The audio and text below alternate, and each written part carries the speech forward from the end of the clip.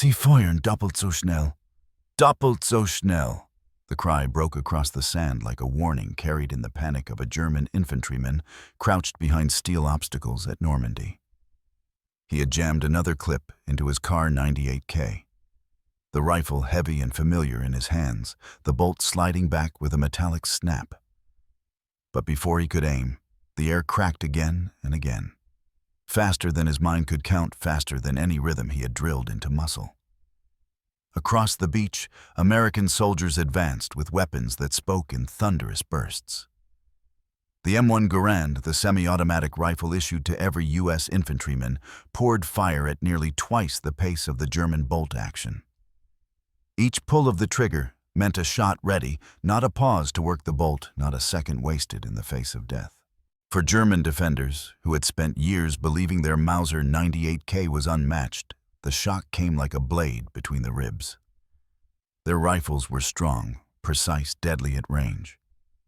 But here on sand churned by artillery and stained by surf precision meant nothing against speed. The Americans seemed to spit fire without pause, their silhouettes rising from the waves, helmets glinting under smoke rifles, hammering rhythm into the roar of the sea. A survivor remembered the moment years later, his voice trembling in interview. It was like fighting against a storm. We fired one shot, they fired three. We pulled the bolt, they were already moving closer. I felt as if time itself belonged to them. Normandy on June 6, 1944, was not just a clash of armies or nations. It was also a clash of weapons of technology that shaped the tempo of survival. For the Germans, it was a lesson written in blood on sand. For the Americans, it was confirmation that the tools of war could bend fate itself. And so the story begins, not with the grand sweep of history, not with strategy drawn on maps, but with the sudden shattering realization of men under fire. That the enemy carried rifles that sang twice as fast as their own. Before the roar of artillery drowned the French coast, before the sea turned red beneath the waves of men and steel. The story of Normandy was already being written, years earlier in workshops and factories, in the minds of generals and engineers who understood that the smallest difference in weapon design could tilt the balance of battle. The German army marched into the Second World War with confidence bound tightly to its rifle, the Karabiner 98K. A weapon descended from the Mauser line, it was precise, rugged, and deadly in the hands of a trained marksman. Each soldier learned the rhythm of bolt-action aim. Fire pull the bolt chamber, the next round fire again. It was a ritual carved into bone, an almost mechanical dance. The Germans believed this discipline, this precision made them superior. A well-aimed shot, they said, mattered more than speed. For years on the fields of Poland, the steppes of Russia, and the deserts of Africa, the 98K carried that belief forward. Across the Atlantic, the Americans thought differently. In the 1930s, while Europe armed itself with old traditions, the U.S. Army bet on something untested.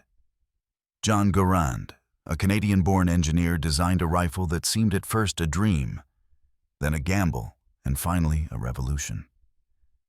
The M1 Garand did what few thought possible. It replaced the bolt with a semi-automatic mechanism. 8 rounds in a clip fed by a spring, each shot fired with nothing more than another pull of the trigger. No bolt to work, no pause between breaths. Just shot after shot, fast, relentless, unbroken. General George S. Patton would later call it the greatest battle implement ever devised. His words carried both pride and prophecy. The M1 Garand was not as elegant as the Mauser, not as refined in its engineering. But it was faster, and in modern war speed, meant survival.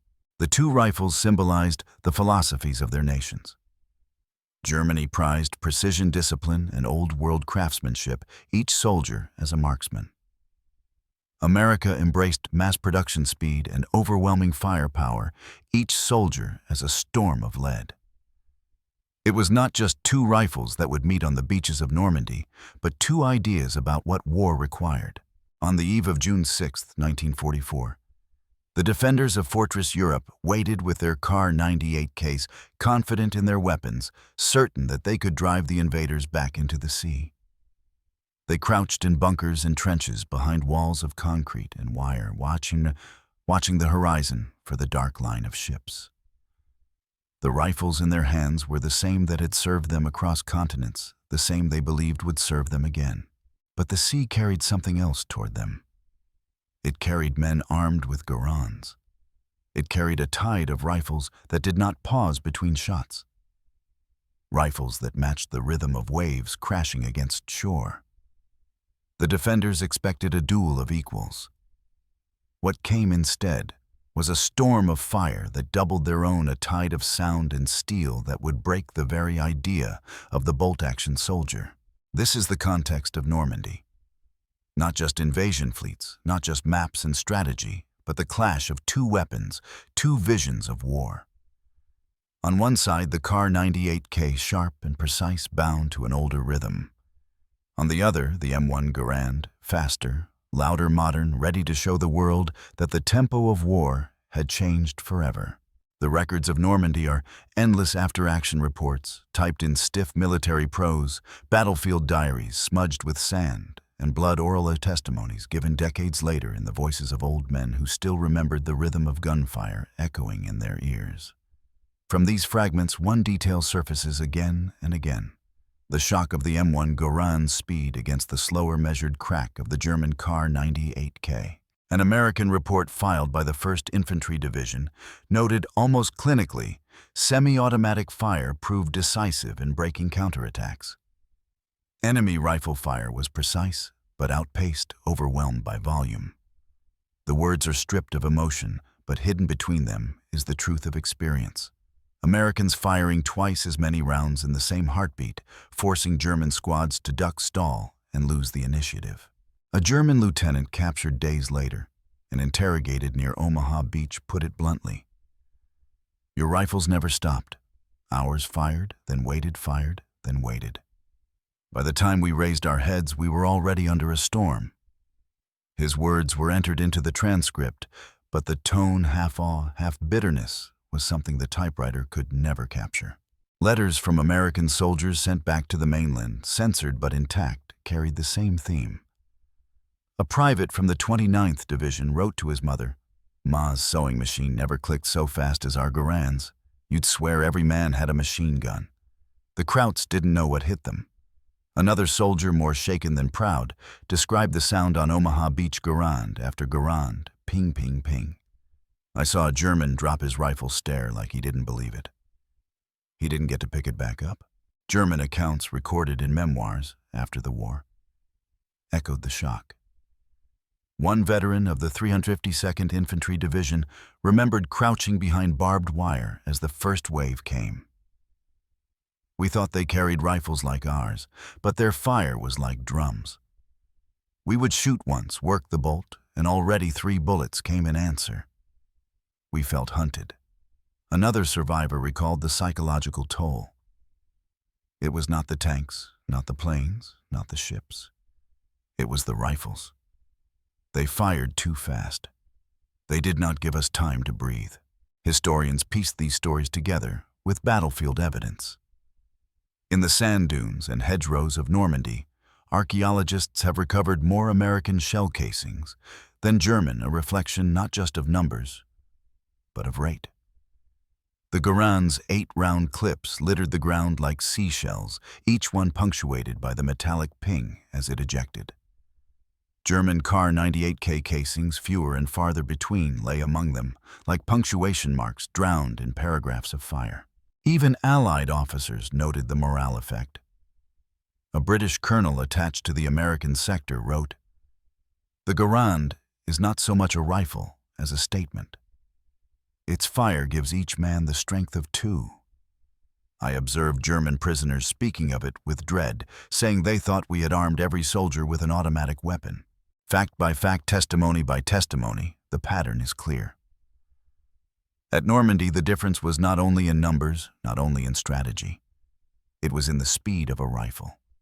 It was in the way a single soldier with a Garand could pin down an entire squad armed with slower bolts.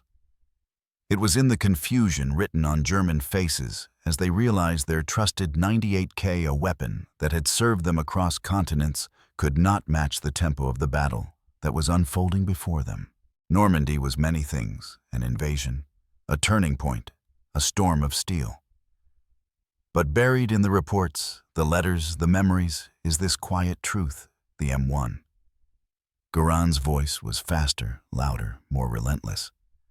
And on June 6, 1944, that voice rewrote the rhythm of war. Facts nail down the story, but folklore breathes it alive. In Normandy, the clash between the Garand and the Kar98k quickly slipped from reports and numbers into stories told in trenches, whispered over campfires, repeated in bars long after the war. These tales stretched, shifted, and gathered their own weight, becoming myth as much as memory. Among the American soldiers, the Garand became more than a rifle. It was a rhythm, a chant, a heartbeat that carried them through chaos.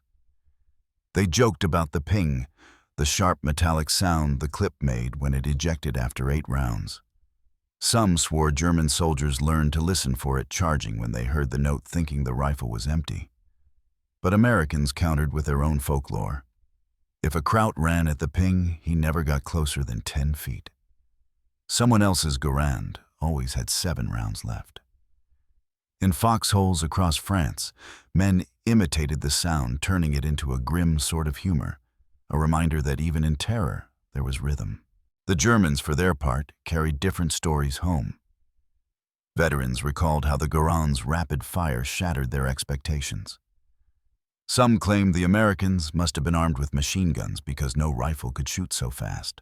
In taverns after the war, over mugs of beer, men who had survived Omaha or Utah whispered that they had faced an enemy with weapons from the future. Their rifles barked like dogs. Without pause, one veteran told his son, "We shot once. They answered 3 times before we could breathe." Others turned the memory into dark humor, calling the Garand der Teufels Geige, the devil's violin, because it played death in rapid staccato notes. Folklore seeped into the local French villages too. Farmers and fishermen who watched the battle unfold from cellars or hedgerows told their children that the Americans carried rifles that never stopped firing, rifles that spat like thunder. In Caen and 40, the story became a symbol of liberation, that the men who stormed the beaches had come armed with something greater, not just in numbers, but in the very tools in their hands.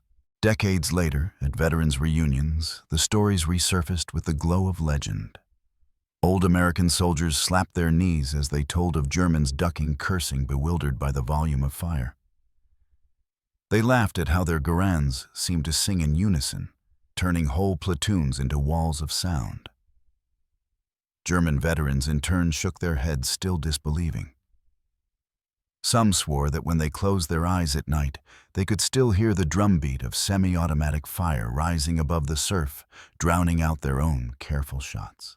And so the rifles became more than steel. The Kar98k turned into a relic of an older age, a symbol of precision too slow for the storm it faced. The Garand became a myth of modernity, a weapon that seemed to double the strength of the men who carried it. Between fact and folklore, between report and memory, Normandy left behind not only wreckage and graves, but a story that soldiers could never stop telling the day they learned that the speed of a rifle could bend the tide of war. Behind the clash of rifles at Normandy was not only the grit of soldiers, but the machinery of nations. The difference between the M1 Garand and the Kar98k was not an accident of design. It was the product of 2 very different systems of war. The United States, entering the conflict late, but armed with immense industry, made a radical decision before Pearl Harbor was even attacked to arm every infantryman with a semi-automatic rifle. It was a gamble that no other major power dared. In 1936, the Garand was adopted as standard issue, replacing bolt actions in a move that seemed excessive to European observers. To mass-produce such a complex weapon for millions of soldiers was staggering. But America's factories were built for staggering goals. Springfield Armory, Winchester, and a web of subcontractors churned out Garands by the millions, each rifle identical enough that parts could be swapped like puzzle pieces. Assembly lines ran day and night, feeding not just American divisions, but allies who marveled at the weapon's speed. Germany, by contrast, chose conservatism. The Kar98k was a proven rifle and evolution of the Mauser lineage that had served them since the late 19th century. It was simple, strong, and precise, capable of firing accurately at long range, cheap to produce, familiar to every soldier. To German planners, equipping the army with anything else seemed wasteful, even dangerous. When whispers of semi-automatics surfaced, such as the G41 or the later G43, they were treated as special weapons issued in small numbers, plagued with reliability issues. The Wehrmacht clung to the bolt-action creed, trusting discipline over volume. Systems shaped soldiers. The American system trained men to think in bursts, to advance under cover of their own rapid fire, to reload with a fresh clip and keep moving. The Garand gave them confidence that they could match and overwhelm the enemy shot for shot. German training drilled precision aim, carefully fire once, make it count. A squad of Germans could put deadly fire on a target, but each trigger pull carried a pause, a beat that widened under stress. Even logistics spoke through the rifles. The Garand required more ammunition, and the U.S. supply system delivered it, ships and trucks carrying crates of clips to the front, ensuring soldiers could fire without fear of running dry. German supply lines, strained by the vast Eastern Front and Allied bombing, often struggled to provide even enough 7.92mm rounds for their Kar98ks. Speed without bullets is impossible, but at Normandy the Americans had both fast rifles and endless ammunition. And there was something psychological in the system as well. The American choice of the Garand embodied the idea that every soldier was valuable, that overwhelming firepower was a right, not a luxury. German doctrine, rooted in older hierarchies, reserved fire superiority for machine gun teams and elite units. The ordinary rifleman remained bound to tradition, his Kar98k both a badge of discipline and a chain to the past. At Normandy, these systems collided. German defenders crouched in bunkers with their Mausers relied on MG42s to deliver volume of fire. But when those crews were silenced by naval shells or airborne strikes, the burden fell back on bolt-action rifles, and suddenly the imbalance became clear. Across the sand, American riflemen advanced not as individuals but as waves of semi-automatic fire. Each man a storm unto himself, each squad a rolling wall of lead. The system had decided the rhythm long before the first shot was fired on June 6, 1944. America had gambled on modernity and mass production. Germany had clung to precision and tradition. In the smoke of Normandy, the verdict was written not in speeches or strategies, but in the tempo of rifles cracking across the beach. The morning of June 6th broke in fire and thunder. The beaches of Normandy, Utah, Omaha Gold Juno soared, were not landscapes that welcomed men, but fields of steel and smoke. Among them, Omaha Beach became the crucible. Here the difference between rifles was not a theory or a technical note, it was the heartbeat of survival. German defenders of the 352nd Infantry Division crouched in bunkers carved into cliffs, their Kar98k rifles pressed to shoulders, eyes straining through periscopes and firing slits. The sea boiled with landing craft waves of Americans spilling into the surf. When the ramps dropped, Mausers cracked in sharp precision, each shot deliberate, each bolt thrown back and slammed forward with metallic certainty. The first ranks of Americans fell caught in the crossfire of rifles and MG42 machine guns. For a moment it seemed the sea would claim them all, but then the rhythm changed. Across the sand, amid smoke and broken obstacles, the Garands began to answer. Not single cracks spaced by bolts, but a staccato, relentless chorus, bang, bang, bang, bang, bang. The rifles sang together faster than the Germans could believe. One soldier in a bunker remembered it later. It was not rifles. It was as if they had given every man a machine gun. We fired one, they fired three. We hid, we lifted our heads, and already their fire was waiting. On the beach, the Americans pressed forward their Garands, glowing hot clips pinging into the sand as fresh ones slammed into place. 8 rounds, then another 8, then another, each soldier a storm of lead. The Germans worked their bolts furiously, but the rhythm betrayed them. Every pause was a second stolen, every reload a breath too long. In one sector near Vierville, a squad of Germans attempted to repel a wave of riflemen advancing up the shingle. They fired volley after volley, each Mauser cracking like a whip. But the Americans did not falter. Their Garands roared in reply, the sheer speed of fire forcing the defenders to duck before they could aim again.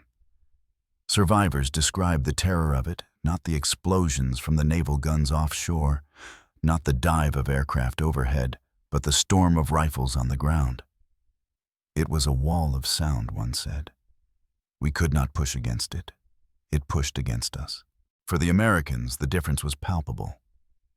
A private from the 29th Infantry wrote later, "Every time I squeezed the trigger, the Garand answered. No bolt, no pause, just shot after shot. I saw a German trying to work his rifle. By the time he lifted it again, I had already fired twice more. It felt like we had stolen time from them." The climax of Normandy was not just tanks rolling ashore or bunkers exploding under TNT. It was this moment, man against man, rifle against rifle, rhythm against rhythm. The Kar98k was accurate, deadly, a weapon of a marksman. But on Omaha Beach, precision drowned in volume. The Garand fired twice as fast, and in that difference lay the tide of history. When the Germans finally retreated from their positions, leaving rifles scattered in the sand, the Americans advanced with Garands, still smoking. The beaches behind them were littered with spent clips, their metallic ping. A strange, almost mocking music amid the silence of the dead. That sound would become legend, part fact, part folklore, but unforgettable. For those who lived it, the memory remained sharper than any statistic. A battle was not won by numbers alone, but by seconds. By the speed of a rifle in the hands of men who needed every breath to count. On June 6, 1944, the Garand gave them those seconds, and in those seconds, the world shifted. When the smoke thinned, and the echoes of rifles faded into the gray surf of Normandy, the battle left more than bodies and wreckage behind. It left memory. Memory stamped into the minds of men who had lived the tempo of fire. For the Americans, the Garand became not just a weapon, but a companion they swore had pulled them through the impossible. For the Germans, the Kar98k became a relic, trusted, precise, but painfully outpaced in the chaos of June 6th. Reports written in the weeks after D-Day made the difference plain. Allied officers praised the Garand as decisive, describing it as a force multiplier, each man worth 2 in sheer fire. German prisoners questioned in field tents behind the lines admitted their shock. One sergeant confessed, "We believed our Mausers unmatched." At Normandy, we learned speed kills faster than accuracy. Those words were recorded, translated, filed away. But the weight of them would echo long after the paper yellowed. In America, veterans carried the Garand's reputation home. In VFW halls and on porches across the Midwest, old soldiers mimicked the sharp ping of an empty clip as a kind of shorthand, a memory of survival. To them, it was not a myth. It was the sound of being alive. Books, memoirs, and interviews, decades later, repeated the refrain, "The Garand won the war." It was oversimplified but no less powerful in the minds of those who had felt its weight in their hands. In Germany, the memory carried a different hue. Some veterans spoke with bitterness, arguing that the Mauser had been betrayed by poor strategy, by shortages by commanders who refused to adapt. Others remembered with a kind of awe, shaking their heads even 40 years later, as they recalled the storm of semi-automatic fire that met them on the beaches. A few dismissed it as folklore, insisting that no rifle alone could decide a war. But even they admitted the shock of facing soldiers whose guns never seemed to pause. The Kar-98k did not vanish. It lingered in memory as the rifle of a disciplined marksman, the weapon of a soldier taught to make each bullet count. But in comparison to the Garand, it became a symbol of the old world, of a rhythm that war had outgrown. The Garand, by contrast, entered museums, textbooks, and films as an icon of modernity. Visitors stared at its wooden stock and simple clip, unaware of the terror its speed once carried across the sand. Historians today measure the difference in numbers: 8 rounds against 540 to 50 shots per minute against 15. But those who were there did not remember statistics. They remembered the sound, the unbroken hammering of fire, the metallic ping in the lull, the pause that was never long enough to save the men on the other side. The aftermath of Normandy was not just victory. It was revelation. Technology had tilted the scale, reshaping how men thought of war itself. For the Americans, the Garand became proof that industry and innovation could arm even the common soldier with extraordinary power. For the Germans, the lesson was harsher. Tradition had left them vulnerable, chained to a weapon too slow for a battlefield that no longer waited. And so long after the bunkers were abandoned and the beaches filled with tourists, the story persisted. It lived in the voices of veterans, in the reverent way. Curators displayed the Garand behind glass. In the half-joking, half-haunted way, old men still mimicked the ping. The Kar-98k and the Garand, side by side, told the tale of a war fought not just with men, but with moments. And at Normandy, it was the seconds between shots that decided who lived, who died, and who changed the world. The beaches are quiet now, the tide washing endlessly over the same sands where men once fell in storms of lead and steel. Tourists walk where soldiers crawled. Children build castles in sand once stained with blood. The bunkers remain hollow shells gazing out to sea, silent witnesses to a battle where even rifles carried the weight of history. But if you close your eyes and listen closely, the echoes still return. Not the roar of artillery, not the scream of aircraft. It is subtler, sharper. The rhythm of rifles. The deliberate crack of the Kar-98k, each shot punctuated by the hard click of a bolt. Answered by the relentless chorus of the Garand, firing again and again without pause. Two voices of war, one fading into the past, the other ringing louder until it became the song of victory. What does it mean that a simple difference in design, 5 rounds against 8 bolt against semi-automatic, could tip the balance of survival? What does it mean that men who believed in precision were drowned by men who carried speed? Was it destiny or just machinery? And if war can turn on something so small, what does that say about the fragility of human faith? The rifles are silent now, resting in glass cases in attics in the hands of collectors who polish them as relics. Yet their story lingers half fact, half folklore, all memory. For the men who were there, the sound of the Garand was not statistics, not engineering. It was the difference between life and death. And perhaps that is the haunting truth of Normandy. Not only that men stormed the beaches, not only that nations clashed, but that history itself bent on the rhythm of a trigger, on the seconds between shots, on the voice of a rifle that fired twice as fast. You have just heard another file from the hidden archives of war. If you wish to continue uncovering the truths that soldiers, generals, and nations themselves never fully confessed, subscribe now. Do not miss what comes next.